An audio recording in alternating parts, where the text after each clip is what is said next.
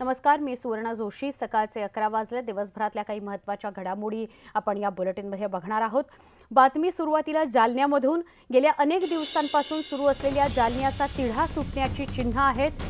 काही वेळातच सेना भाजपच्या मेळाव्याला सुद्धा सुरुवात होणार आहे। या घडीची सगळ्यात मोठी बातमी, खोतकर दानवेंच्या दिलजमाईकडे सगळ्यांचं लक्ष लागलेलं आहे। शिवसेना नेते अर्जुन खोतकरांनी आपली बंडाची तलवार म्यान केल्याचं पाहायला मिळतंय। मातोश्रीवरच्या बैठकीत उद्धव ठाकरेंना खोतकरांची समजूत काढण्यात यश आलेलं आहे। आज 11 वाजता औरंगाबादेतल्या बैठकीत यावर अंतिम पडता पडणार असल्याचं समजतंय। औरंगाबादेत मुख्यमंत्री देवेंद्र फडणवीस, उद्धव ठाकरे, रावसाहेब दानवे आणि स्वतः अर्जुन खोतकर हजर आहेत। या बैठकीनंतरच दिलजमाईची अधिकृत घोषणा करण्यात येईल असं कळतंय। दरम्यान मातोश्रीवरच्या बैठकीत उद्धव ठाकरे खोतकरांसोबतच पंकजा मुंडे सुद्धा हजर होत्या। काही वेळातच सेना भाजपच्या मेळाव्याला सुरुवात होईल, पण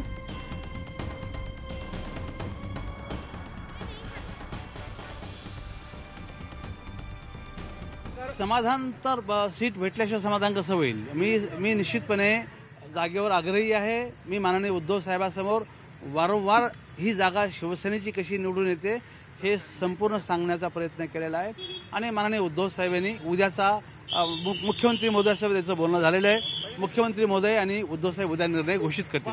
माननीय उद्धव साहेब जो निर्णय घेतील माझ्या बाबतीतचा तो निर्णय मला मान्य आहे। आपल्याच मराठवाड्यामध्ये आपल्या मातीमध्ये त्यांनी या बाबीचा निर्णय करावा अशा प्रकारची विनंती त्यांना केली मी। उद्या तेही इथं आहेत, मुख्यमंत्री महोदय आहेत, इथंच निर्णय राममध्ये होईल सकाळी। मला असं वाटतं की निश्चितपणे मी आशावादी आहे। ज्या दिवशी प्रेस घेतली त्याच दिवशी सांगितलं की अर्जुन खोतकरांनी मॅन केली म्हणून तलवार, परंतु परत ते आले आमच्याकडं, परत त्यांनी कल्याणकाडेला मला बोलले आणि मी मुंबईला शेवटचा मातोश्रीला सलाम करून येतोय। पण त्या सलाममध्ये ते गुलाम होऊन आले, तर त्याला मी काय करू शकत नाही। शेवटी ज्याचा तो प्रश्न आहे। आमचे प्रतिनिधी सिद्धार्थ गोदाम यांच्याकडे थेट आपण जाणार आहोत। सिद्धार्थ, औरंगाबादमध्ये जालन्यातला तिढा सुटेल का? दिलजमाई दानवे आणि खोतकर यांच्यामध्ये घडून येऊ शकेल का? आज दिलजमाई जी आहे काल मुंबईमध्ये झालेली आहे आणि आजचं हे सोपस्कर आहे। आपल्याला माहित आहे काल उद्धव ठाकरेंनी अर्जुन खोतकरांना स्पष्टपणे तंबीत दिलेली आपल्याला म्हणता येईल की जालन्यामध्ये आता रावसाहेब दानवेच्या पाठीशी त्यांना उभं राहायचं आहे आणि त्या ठिकाणी युतीचा धर्म पाळायचा आहे। कारण उद्धव ठाकरेंना आता फक्त एका जालन्याच्या जागेवरून राज्यातील इतर ठिकाणी युतीच्या उमेदवारांवर त्याचा परिणाम होऊ नये, सेना भाजपमध्ये ताणतणाव वाढू नये यासाठी कालच ते सांगितलेलं आहे। मात्र आज एक वेगळं नाटक केलं जाईल या ठिकाणी, कारण हा मराठवाडा विभागीय मेळावा आहे। मराठवाड्यातील सगळे लोक या ठिकाणी येतील आणि त्यांच्या समोर या दोघांना एकच हार घातला जाईल अशी माहिती येते। म्हणजे एक पॉझिटिव्ह संदेश देण्यासाठी आज हा खुलासा होणार आहे, मात्र ठरलंय कालच। आणि महत्वाची गोष्ट म्हणजे आता अर्जुन खोतकर यांनी आपली तलवार मॅन केलेली असल्यामुळं अर्जुन खोतकरांच्या बाबतीत जे आहे अब्दुल सत्तारांची मोठी गोष्टी झालेली आहे। कारण 2 वर्षापासून अर्जुन खोतकरांना निवडून आणणार, त्यांच्या पाठीशी ताकद उभी केली जाणार अशी प्रतिज्ञा जी आहे सत्तारांनी केली होती। ऐन वेळेला जे आहे अर्जुन खोतकरांनी आपली तलवार मॅन केल्यामुळे सत्तारांसमोर मोठा प्रश्न राहिलाय की आता उमेदवार कोण असणार आहे। तर त्या ठिकाणी आयते वेळेचा नवरदेव म्हणून कल्याण काळेंना काँग्रेस त्या ठिकाणी उमेदवारी देण्याची शक्यता आहे आणि आज फक्त सोपस्कर होणार आहे आणि पूर्ण काल उद्धव ठाकरे यांच्या उपस्थितीमध्ये ठरलेलं आहे। अर्जुन खोतकर दानवेच्या पाठीशी उभे राहतील आणि त्यांचा प्रचार करतील। सुवर्ण, नक्की सिद्धार्थ, धन्यवाद आपण ही माहिती दिल्याबद्दल। मेळाव्या संदर्भातली अधिक माहिती आम्ही आपल्याकडनं घेत राहणार आहोत, पण जसं आमचे प्रतिनिधी सांगत होते की कालच सगळ्या गोष्टी ठरलेल्या आहेत। आज फक्त तोंड देखलं म्हणून, स्पष्ट करण्यासाठी म्हणून, अधिकृत घोषणा करण्यासाठी म्हणून एकत्रित हार दानवे आणि खोतकरांना घातला जाईल। कुठेतरी एक योग्य संदेश शिवसेना आणि भाजपच्या कार्यकर्त्यांपर्यंत पोहोचावा म्हणून। पुढची बातमी, स्वाभिमानी शेतकरी संघटनेचे नेते खासदार राजू शेट्टी यांनी आज राष्ट्रवादी काँग्रेसचे नेते छगन भुजबळ यांची भेट घेतली। भुजबळांच्या नाशिकच्या फार्म हाऊसवर ही भेट झाली। यामध्ये आगामी लोकसभा निवडणुकीकरता नाशिकमधून उमेदवारी मिळालेले समीर भुजबळ यांना राजू शेट्टींनी पाठिंबा दर्शवलेला आहे। तर या निवडणुकीमध्ये स्वाभिमानी समीर भुजबळ यांना मदत करू शकते अशी सुद्धा शक्यता निर्माण झाली आहे। तर आघाडीतील काँग्रेस ही वर्धा किंवा सांगलीची एक जागा स्वाभिमानीला देण्याची सुद्धा शक्यता आहे। त्यामुळे आम्ही एकत्र येऊन भाजपला हरवू असं राजू शेट्टी म्हणतात। राष्ट्रवादीच्या केंद्रीय नेतृत्वाने या आधीच मान्य केलेलं आहे। मी 2 खाजगी विधेयक लोकसभेमध्ये मांडलेले आहेत. एक शेतकऱ्याला कर्जमुक्त होण्याचा अधिकार विधेयक आणि दुसरं 1.5 हमीभाव मिळण्याचा अधिकार विधेयक. आणि या दोन्ही विधेयकांना 21 राजकीय पक्षांनी लेखी पाठिंबा दिलेला आहे. आणि तेच धोरण आता कॉमन मिनिमम प्रोग्रामच्या माध्यमातून घेऊन पुढे जायचं आहे. त्यामुळे त्याबद्दल एकमत जवळपास झालेला आहेच. थोडासा मुद्दा होता तो जागा वाटपाच्या संदर्भात, त्यातही तोही तिला जवळपास आता संपलेला आहे. आम्ही एकूण 3 जागांची मागणी केलेली होती, त्यापैकी 2 जागा आम्हाला मिळालेल्या आहेत. पवार साहेब स्वतःच्यामध्ये लक्ष सुद्धा घालतात, ते दिल्लीमध्ये सुद्धा बोलत आहेत. आणि माझ्या माहितीप्रमाणे दिल्लीतील जे वरिष्ठ नेते त्यांनी सुद्धा माननीय राजू शेट्टी यांच्याशी चर्चा करून सीट देण्याच्या संदर्भामध्ये पुढाकार घेतलेला आहे.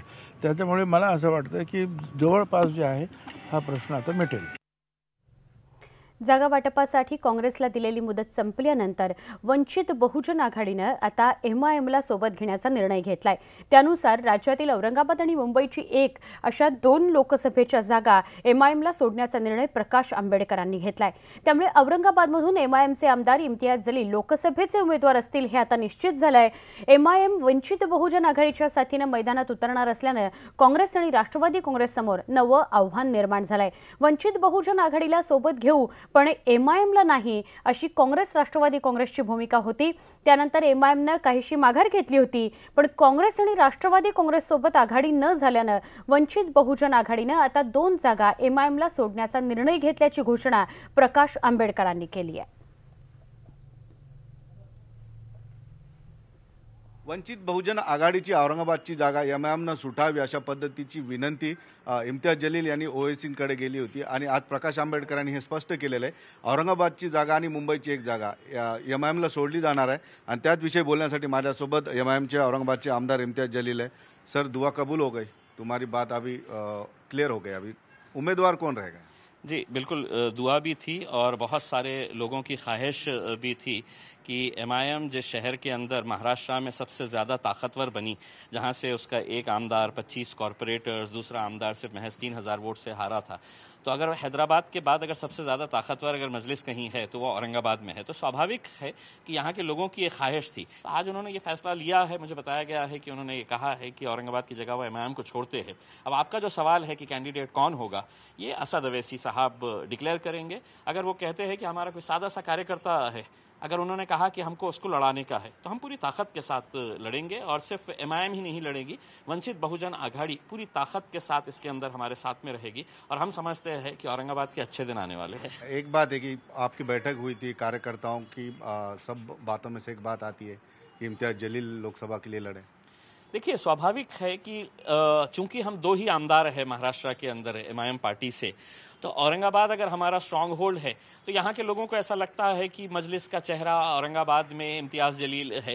तो ये लोगों की एक भावना है. लेकिन अगर असद साहब कहेंगे कि नहीं, इम्तियाज जलील ने विधानसभा के अंदर ही रहना चाहिए, लोकसभा में किसी और को भेजाएंगे, तो हमको पूरा तरह से हम इसको कबूल करेंगे. हम पूरे दावे और यकीन के साथ कहते हैं कि औरंगाबाद की जनता इस बार लोकसभा के अंदर एक नया इतिहास लिखने जा रही है. सर, आपके चेहरे की मुस्कुराहट, हमको मुस्कुराहट सब बता रही है.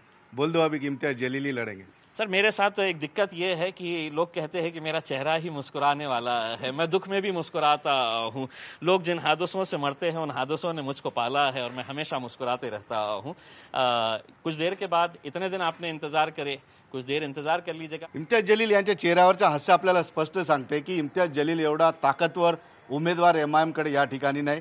मात्र त्यांच्या पक्षाचा एक नियम आहे की ओवेसी बोलल्यानंतरच ते कबूल करतात की हा मीच उमेदवार आहे. सुधीर जाधव सर, सिद्धार्थ गोदाम, न्यूज 18 लोकमत, औरंगाबाद.